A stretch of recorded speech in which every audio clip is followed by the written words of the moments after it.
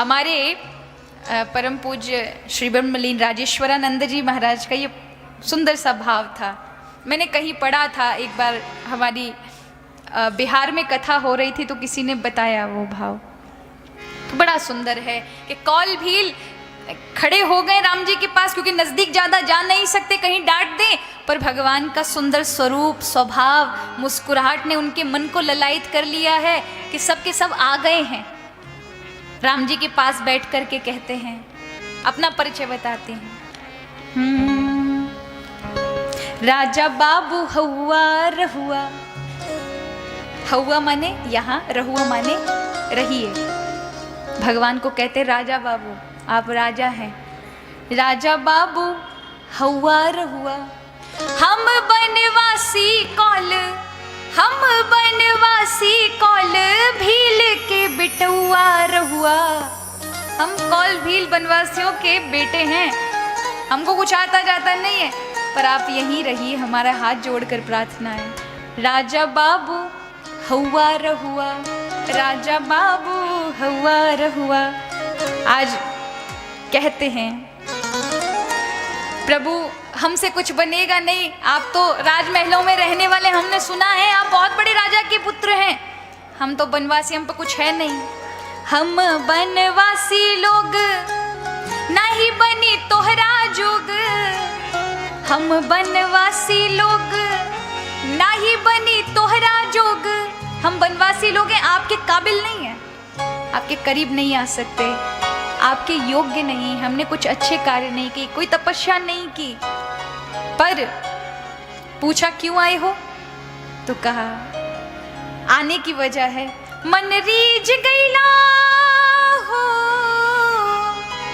मन रीझ गईला तोहरा देख के सुबहुआ रहुआ। राजा बाबू हौवा रहुआ, आपका स्वभाव देखकर मन रीझ गया है, इसलिए यही रहिए।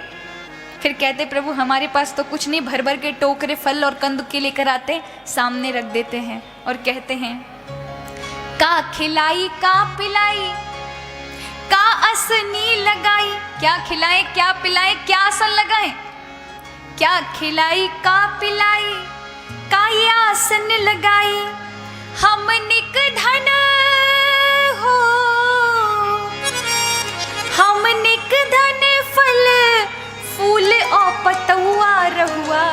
राजा बाबू हौवा रहुआ, राजा बाबू हौवा रहुआ। हमारे पास केवल, हम तो निर्धन हैं, हम निक धन, फल फूल और पतुआ, पत्ते के अलावा कुछ नहीं है हमारे पास। प्रभु यही स्वीकार करना पड़ेगा। एक उतावला कौल भील का बेटा आकर आगे बैठ जाता है, बोले मुझे कुछ पूछना है।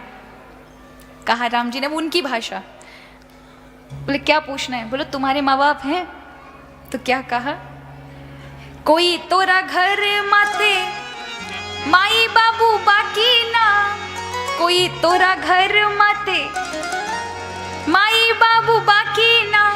क्या आपके घर में माँ बाप हैं? उन्हें कहा ऐसा क्यों पूछ रहे हो, ले अगर होते तो आपको वन में भेजते। लखनलाल ने कहा उन्हीं के कारण आए हैं। कहा राम जी को बड़ा बुरा लगा, उन्होंने कहा नहीं ऐसे मत पूछो, माता पिता के विषय में हम नहीं कहेंगे।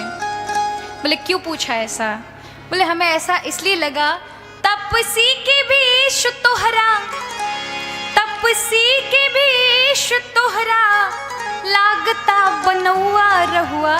राजा बाबू हौवा रहुआ, ए राजा बाबू हौवा रहुआ, यही रही है। फिर कहते प्रभु हमारे मन की इच्छा है कि आप हमारी कुटिया तक चल दें, बस आप कुछ कहते ना पगलाई कराना, पैर ही बस पढ़कर आ जाइएगा।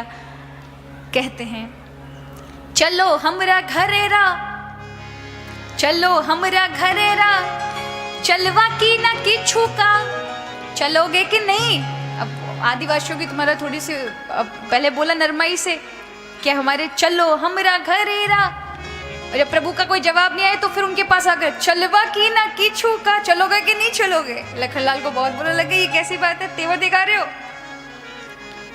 नहीं नहीं नहीं, हम तेवर नहीं दिखा रहे छोटे सरकार। मर्जी वा तुहार, मर्जी वा तुहार, किछु नाही बात बनौआ रहुआ, राजा बाबू हवा रहुआ, हे राजा बाबू हवा रहुआ। हम बनवासी कौल, हम बनवासी कौल भील के बिटुआ रहुआ, राजा बाबू हवा रहुआ, हे राजा बाबू हवा रहुआ। और जो ही ठाकुर जी ने आज कौल भीलों के वो वचन सुने हैं, वेद वचन मुनि मन अगम ते प्रभु करुणा आए, वचन के रातन के सुनत जिम पितु बालक में। वेदों की ऋचाओं को ब्राह्मणों के मुख से रात दिन श्रवण करने वाले फिर भी मन आनंदित मुदित ना हो, लेकिन उन किरात कौल भीलों के वचनों को सुनकर प्रभु ऐसे मगन हो रहे हैं जैसे एक पिता तोतली भाषा में बोलने वाले बालक पर मगन होकर उसे चूमने लगता है। तो यहाँ पर आज ठाकुर